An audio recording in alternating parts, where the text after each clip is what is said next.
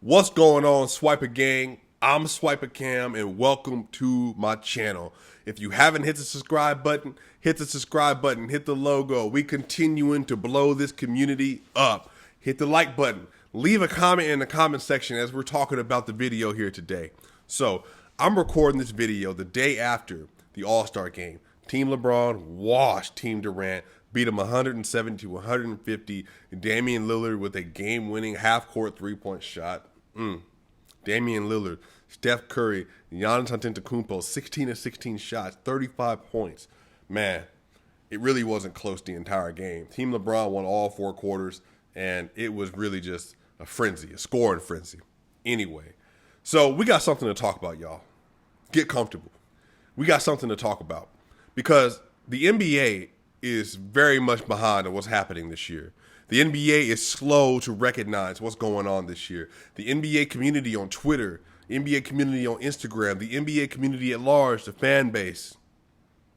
It's not only that folks is sleeping. I think folks is just in disbelief.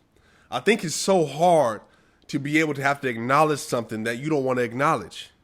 It's so hard to see something. It don't make sense in your head, but you can't argue with what you're seeing on the court, so you rather not talk about it. You rather dismiss it. You see, Nikola Jokic ain't just been good this year. Jokic ain't just been great. Jokic really ain't just been exceptional.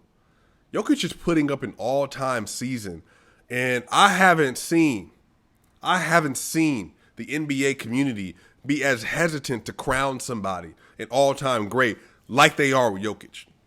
Now, there's a lot of contributing factors to that.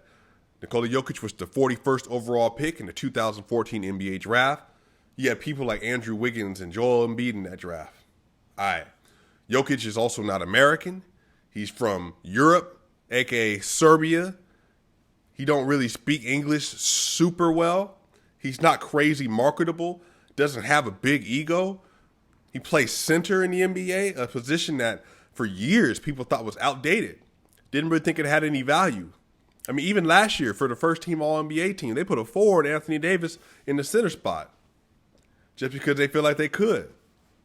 There's a lot of reasons. Jokic plays for the Denver Nuggets. Denver Nuggets are not a big franchise. They don't have a large media base, so it's easy to sleep on them. It's easy to dismiss them. Yeah, they made it to the Western Conference Finals, but hey, the Clippers choked, right? That's been the narrative. You know, Jokic puts up crazy numbers. Great offensive player. Jokic hits a Game 7, game-winning, series-clinching shot against the Utah Jazz in Game 7. Nobody even talks about it.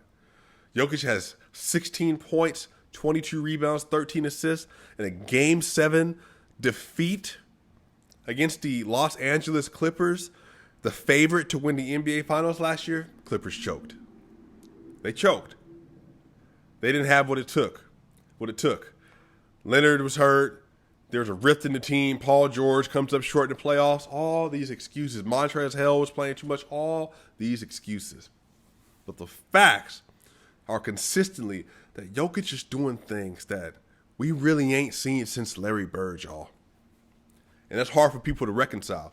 Coach Popovich says, man, looks like Larry Bird to me.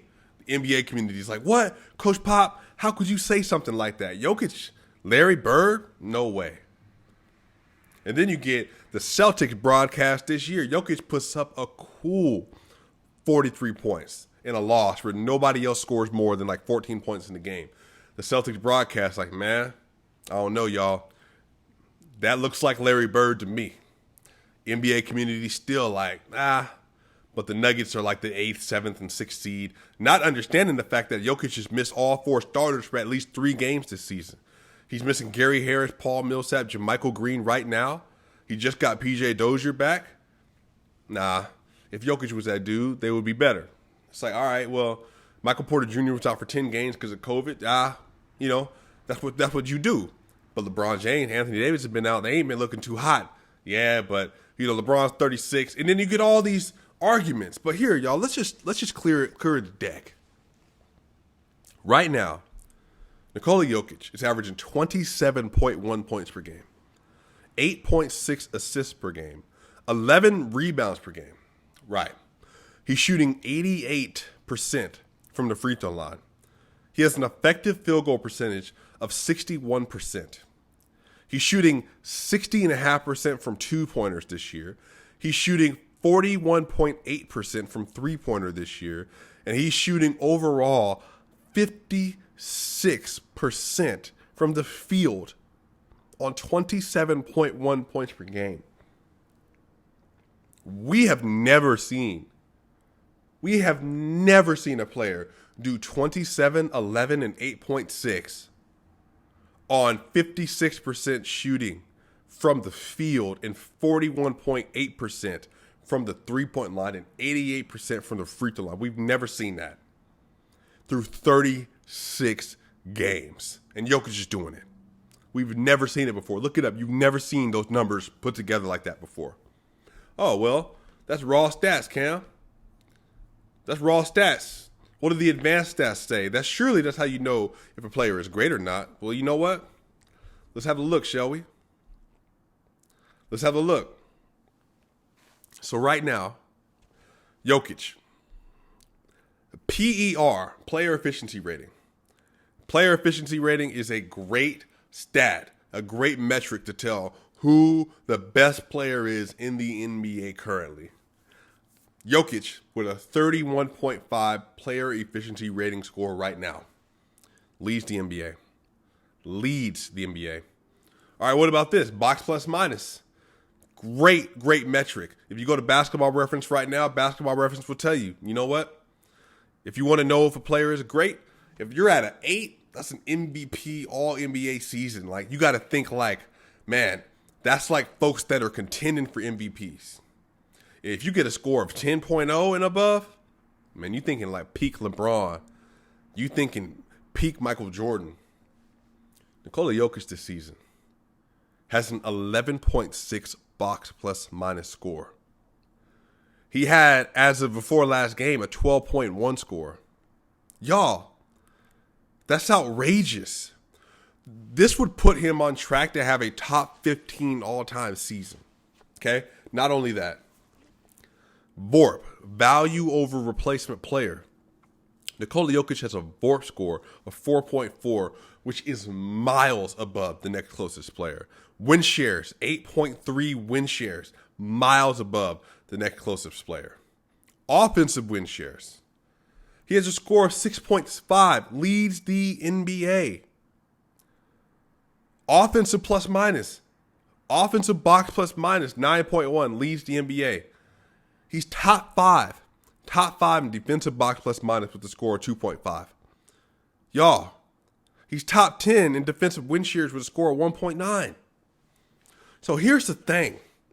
Why is the NBA so hesitant just to realize that not only do you have a great player, all-star player, but you have a player who's on track to be one of the best players that's ever played basketball, ever. But the NBA, it seems to be reticent to accept that reality. So constantly we're hearing about Joel Embiid, who's having a great year, averaging 30 points per game, 11.6 rebounds a game, 3 assists per game. He has the second best PER in the league, 31.1. But his value over replacement player score is 2.6. That's 1.8 below Jokic. His box plus minus is 8.5, 3.1 points below Jokic. Offensive box plus minus 6.9, 2.2 below Jokic. Defensive box plus minus 1.6, that's 0.9 below Jokic. His win shares per 48, 2.83. Jokic is to 31.31. Offensive win shares 3.9. Jokic is 6.5. Do you see where I'm going with this? Joel Embiid even has a usage rating of 34.1, whereas Jokic has only had 29.2 usage. The only thing that Joel Embiid has on Jokic this season, y'all, is points scored, a minor lead in rebounds, and then also in blocks. But Jokic is top 3 in the NBA in steals. So here's the thing, man. I love what Joel Embiid is doing. I respect it. Joel Embiid is the second best player in the NBA this year, hands down. It's not LeBron. Giannis probably, y'all, is top 3. But Giannis, voter fatigue. He hasn't shown up in the playoffs like he should.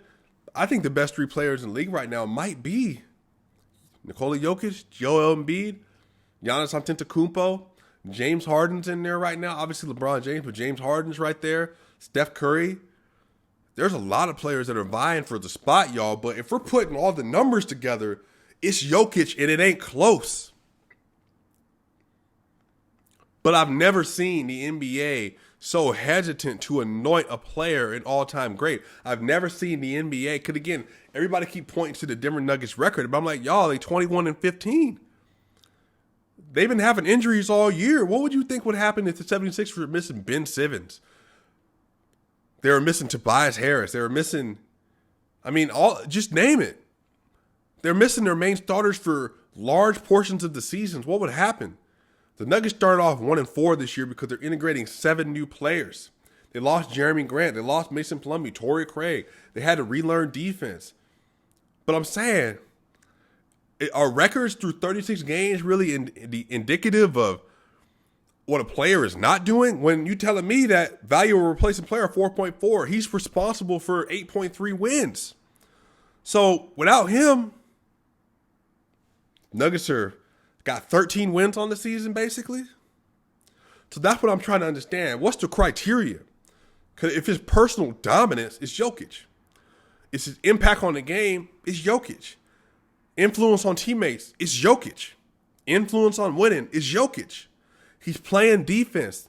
I don't know what y'all want me to say. He don't get blocks, but he's a top of the league in steals and deflections.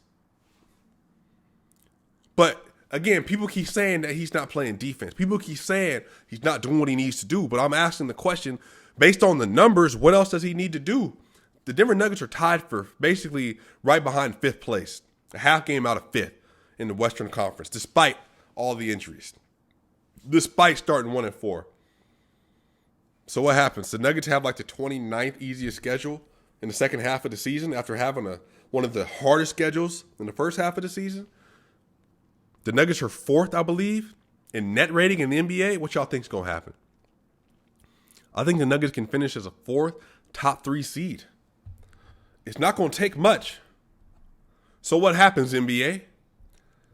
What happens when the Nuggets do creep up in the standings, 4th and 3rd? What's the excuse then? Because again, it's not even that Jokic is just having a good season. He's having an all-time season. The number he has now, box plus minus, PER, this puts him on track for a potential top 10 NBA season ever. And people are not giving it the respect that it deserves. But we will on this channel. We will on this channel. We will in this comment section. On YouTube, on Twitter. Give the man his due. Give the man his respect. You see, here's the thing, y'all. Y'all already know. I've been a Denver Nuggets fan my whole life. But really, it's not even just about that. It's about the fact that I've watched this man dominate every night.